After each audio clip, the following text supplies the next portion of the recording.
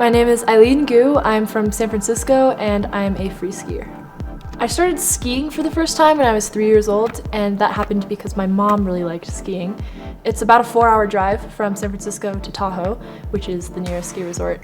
And so I kind of just grew up skiing in the various terrains of North Star, be it in the trees, in the powder, whatever. So I started in ski school.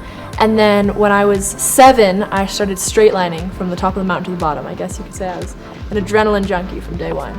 But my mom thought that I was skiing too fast and that it was too dangerous. So one of our ski instructors suggested that I join a ski team because that would be a way for me to keep progressing and continue my love for the sport.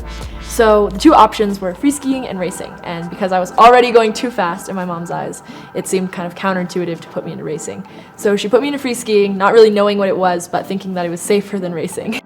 My family has always been super supportive of me. I come from a long line of engineers, so it definitely wasn't expected, and I don't think anybody really thought that I would become a professional skier or professional athlete in general. Of course, when I was, 8 or 9 and I would come back from ski team, I was the only girl on my team at the time, and my coach was super supportive of me. He used to show me videos of Kaya Tursky, who was a huge inspiration of mine. And so I would come home and I'd be like, "Mom, I want to compete at this event, or I want to win this." She was like, "Great, honey, you got it. good luck." The same way that any parent would say if their kid said they wanted to be an astronaut or the president. You support them, but you don't really expect it to happen. So I think along the way, my mom has always been super supportive. My grandma is the most motivated to win person. She has the most competitive mindset that I've ever met, ever. So I think my grandma gave me that competitive drive and kind of supported me in that way. And my mom kind of taught me the work ethic aspect. So anybody can want to win, but I think it was my mom that taught me how to get there. I attended my first World Cup. I had just turned 15. I turned 15 in September, the World Cup was in November, and I ended up in 11th place. They take top 8 into finals, and I remember I was half a point out from finals. And I was really disappointed in myself. Not because I didn't make finals, I actually didn't really expect necessarily too much results-wise from my first World Cup, but I had messed up some rails and some jumps that I had felt really comfortable with for a really long time, and I think the nerves had gotten to me. So I felt disappointed in my performance, and I thought that I could do better. So I started hiking the rails in the main public park, and just over and over again on the trick that I had fallen on to make sure that I literally promised myself as I was hiking up in, my second hour or something, that I would never fall on that trick in a contest again. And I didn't. And then my next World Cup, I actually ended up getting 2nd place, and then my 3rd World Cup, I won. And then I podiumed, I think, at 8 World Cups in a row after that. I don't think I realized how possible it was to make skiing my profession until I had my first World Cup podium, and then soon after my first World Cup victory. But even after that, I don't think I truly thought of it as that way, because I was a sophomore in high school.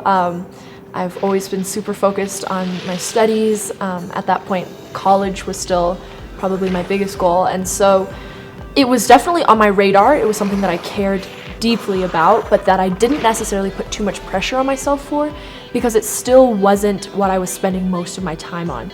So I didn't truly go full-time or professional until this past year. And even then, I don't think it necessarily changed the way that I looked at the sport. I've always been a competitive person. I've always loved competing. I've always loved the whole nerves, pressure, competition aspect of it. But that's not really why I love skiing in the core. I think I've always really loved skiing for its essential values, in its creativity, in its self-expression, in its individuality. And so all of those values still shine through, even though I'm just kind of repurposing them and utilizing them for a different purpose now. I'm a bit complicated because I do 3 events in free skiing, so I guess I'll explain those individually. The first one is slopestyle. So I would explain slopestyle. Well, first, skiing. I'm sliding down the hill, sliding down a mountain on snow on 2 wooden planks. That's the best way I can describe it. Slopestyle, there are jumps and there are rails. So the snow is shaped into jumps, and you ski off of them, do a trick in the air, and land. And there are also rails, which are exactly what they sound like. They're handrails that are in different shapes, different sizes, and they're different every competition. They can be structured differently. There are different numbers of each. They can be scored differently, and that really varies competition to competition. But overall, it's judged on variety, amplitude, difficulty, style, and execution, and that is standardized throughout the sport of free skiing. Halfpipe is a giant stunt ditch. Imagine a tube of snow, like a circle, and you cut it in half, and then it's that shape, but made out of snow. And you do that pretty much, and you ski in it, and you jump out and do a trick, ski in it, jump out and do a trick, and it's graded on the same things. And the final event that I do is big air, so that is one big jump. So it's kind of like slopestyle, except there are no rails and there's only one jump. My biggest strength is my brain. I think about everything thoroughly. I visualize in vivid detail, and when I want to do something, I commit very fully to it. And I'm also able to understand myself in the sense of analyzing what specifically makes me nervous, or what pressure feels like, and what forms help to alleviate them for myself, be it through superstition or writing in my journal or any kind of visualizing or meditation. And it looks different for everyone, but I think what has come from spending so much time in school, and also so much time, I'm actually pretty naturally introverted, so just thinking about the way that my brain works, I've filled up 5 entire journals about it, and I plan to publish them one day. But I feel like I understand the inner workings of my brain really well, and I think that is a really big advantage when it comes to overcoming fear, be it in learning a new trick or in a contest. The biggest fear that I face, and that I'm sure every other athlete faces as well, is the fear of injury. Because especially in an individual sport, you are your own biggest competitor, and so if you don't ski well one day and don't podium at one contest, that's okay. But if suddenly you hurt yourself badly and you're out for 8 or 9 months, then you're taking yourself out of the entire season. In order to overcome that, I definitely am trying to take more mental note of physically where I'm at, if I'm tired, how I slept the night before. I'm using a lot of sleep apps to help track that, because it's a big factor in my performance. And also making sure that I'm properly prepared, not taking unnecessary risks, not doing a trick if I don't feel like I've done it enough times on a trampoline or on rollerblades, or haven't visualized enough or don't quite see it in my head. I think not being foolish about possible risks. In high school, my cross-country coach, who was and still is one of my biggest idols, said that nerves are the same chemical in your brain as excitement, and it's your own brain labeling it as that negative emotion and convincing yourself that it's because you're not ready, or that there's a risk, or whatever. But really, it's just excitement. It's adrenaline. It's your body preparing for something, and it can be either positive or negative, and it's your choice which one you want to label it as.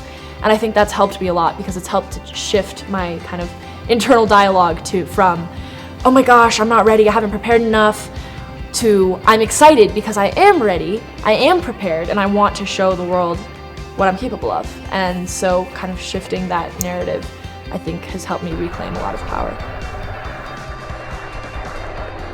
Free skiing is super interesting, and I say that not from an unbiased perspective, because think about it like this.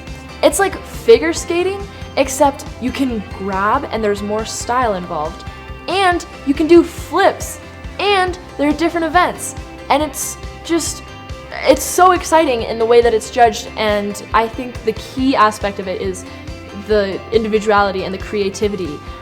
There are so many different lines that can be taken throughout the same course, and then within those lines, so many different tricks that can be done.